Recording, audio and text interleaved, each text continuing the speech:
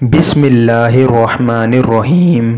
سیدنا جلبیب رضی اللہ عنہ ایک انصاری صحابی تھے۔ نہ مالدار تھے نہ کسی معروف خاندان سے تعلق تھا، صاحب منصب بھی نہ تھے، رشتہ داروں کی تعداد بھی زیادہ نہ تھی، رنگ بھی سانولا تھا، لیکن اللہ کے رسول کی محبت سے سرشار تھے۔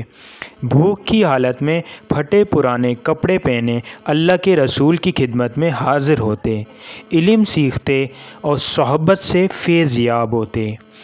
ایک دن اللہ کے رسول نے شفقت کی نظر سے دیکھا اور ارشاد فرمایا، جلبیب تم شادی نہیں کرو گے؟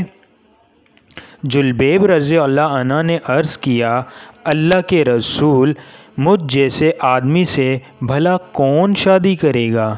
اللہ کے رسول نے پھر فرمایا، جلبیب تم شادی نہیں کرو گے؟ اور وہ جواباً عرض گزار ہوئے کہ اللہ کے رسول، بھلا مجھ سے شادی کون کرے گا؟ نہ مال نہ جاہ و جلال۔ اللہ کے رسول نے تیسری مرتبہ بھی ارشاد فرمایا، جلبیب تم شادی نہیں کرو گے؟ جواب میں انہوں نے پھر وہی کہا، اللہ کے رسول، مجھ سے شادی کون کرے گا؟ کوئی منصب نہیں، میری شکل بھی اچھی نہیں، نہ میرا خاندان بڑا ہے اور نہ مال و دولت رکھتا ہوں۔ اللہ کے رسول صلی اللہ علیہ وآلہ وسلم نے ارشاد فرمایا، فلاں انصاری کے گھر جاؤ اور ان سے کہو کہ اللہ کے رسول تمہیں سلام کہہ رہے ہیں اور فرما رہے ہیں کہ اپنی بیٹی سے میری شادی کر دو۔ جلبیب خوشی خوشی اس انصاری کے گھر گئے اور دروازے پر دستک دی۔ گھر والوں نے پوچھا، کون؟ کہا، جلبیب۔ گھر کا مالک باہر نکلا، جلبیب کھڑے تھے۔ پوچھا، کیا چاہتے ہو؟ کدھر سے آئے ہو؟ کہا، اللہ کے رسول نے تمہیں سلام بھجوایا ہے۔ یہ سننے کی دیر تھی کہ گھر میں خوشی کی لہر دوڑ گئی۔ اللہ کے رسول نے ہمیں سلام کا پیغام بھجوایا ہے۔ ارے یہ تو بہت ہی خوش بختی کا مقام ہے کہ ہمیں اللہ کے رسول نے سلام بھیجا ہے۔ جلبیب کہنے لگے، آگے بھی سنو، اللہ کے رسول نے تمہیں حکم دیا ہے کہ اپنی بیٹی کی شادی مجھ سے کر دو۔ صاحب خانہ نے کہا، ذرا انتظار کرو، میں لڑکی کی ماں سے مشورہ کر لوں۔ اندر جا کر لڑکی کی ماں کو پیغام پہنچایا اور مشورہ پوچھا۔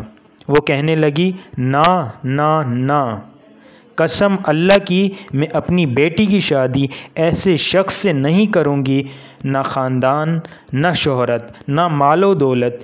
ان کی نیک سیرت بیٹی بھی گھر میں ہونے والی گفتگو سن رہی تھی اور جان گئی تھی کہ حکم کس کا ہے،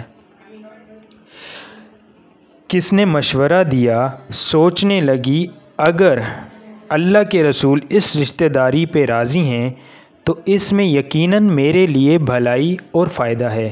اس نے والدین کی طرف دیکھا اور مخاطب ہوئی، کیا آپ لوگ اللہ کے رسول کا حکم ٹالنے کی کوشش میں ہیں؟ مجھے اللہ کے رسول کے سپرد کر دیں، وہ اپنی مرضی کے مطابق جہاں چاہیں میری شادی کر دیں، کیونکہ وہ ہرگز مجھے ضائع نہیں ہونے دیں گے۔ پھر لڑکی نے اللہ تعالیٰ کے اس فرمان کی تلاوت کی، اور دیکھو، کسی مومن مرد عورت کو اللہ اور اس کے رسول کے فیصلے کے بعد اپنے امور میں کوئی اختیار باقی نہیں رہتا۔ لڑکی کا والد اللہ کے رسول کی خدمت میں حاضر ہوا اور عرض کیا، اللہ کے رسول، آپ کا حکم سر آنکھوں پر، آپ کا مشورہ، آپ کے حکم قبول، میں شادی کے لیے راضی ہوں۔ جب رسول اکرم کو اس لڑکی کے پاکیزہ جواب کی خبر ہوئی تو آپ نے اس کے حق میں یہ دعا فرمائی، اے اللہ، اس بچی پر خیر اور بھلائی کے دروازے کھول دے اور اس کی زندگی کو مشقت و پریشانی سے دور رکھ۔ پھر جلبیب کے ساتھ اس کی شادی ہو گئی۔ مدینہ منورہ میں ایک اور گھرانہ آباد ہو گیا، جس کی بنیاد تقویٰ اور پرہیزگاری پر تھی، جس کی چھت مسکنت اور محتاجی تھی، جس کی آرائش و زیبائش تکبیر و تہلیل اور تسبیح و تحمید تھی۔ اس مبارک جوڑے کی راحت نماز اور دل کا اطمینان تپتی دوپہروں کے نفلی روزوں میں تھا۔ رسول اکرم صلی اللہ علیہ وسلم کی دعا کی برکت سے یہ شادی خانہ آبادی بڑی ہی برکت والی ثابت ہوئی۔ تھوڑے ہی عرصے میں ان کے مالی حالات اس قدر اچھے ہو گئے کہ راوی کا بیان ہے، انصار گھرانوں کی عورتوں میں سب سے خرچیلا گھرانہ اس لڑکی کا تھا۔ ایک جنگ میں اللہ تعالیٰ نے مسلمانوں کو فتح نصیب فرمائی۔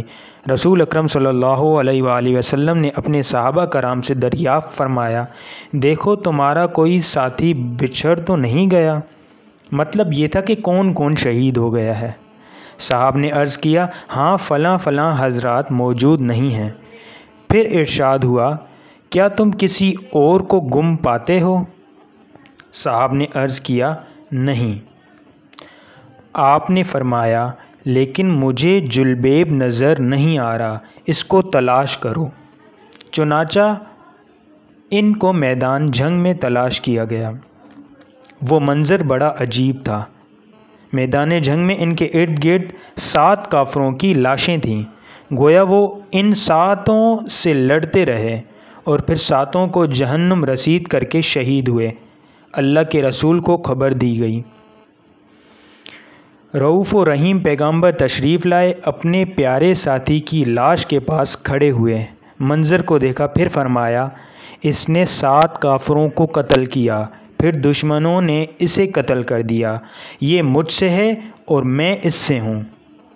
پھر آپ نے اپنے پیارے ساتھی کو اپنے ہاتھوں میں اٹھایا اور شان یہ تھی کہ اکیلے ہی اس کو اٹھایا ہوا تھا۔ سبحان اللہ! صرف آپ کو دونوں بازوؤں کا سہارا میسر تھا۔ جلبیب رضی اللہ عنہ کے لیے قبر کو دی گئی۔ پھر نبی اکرم صلی اللہ علیہ وآلہ وسلم نے اپنے دستے مبارک سے انہیں قبر میں رکھا۔ جزاک اللہ۔ ویڈیو اچھی لگی ہو تو لائک کریں، کمنٹ کریں اور شیئر کریں، اور ایسی مزید ویڈیوز کے لیے ہمارا چینل سبسکرائب کریں۔ شکریہ۔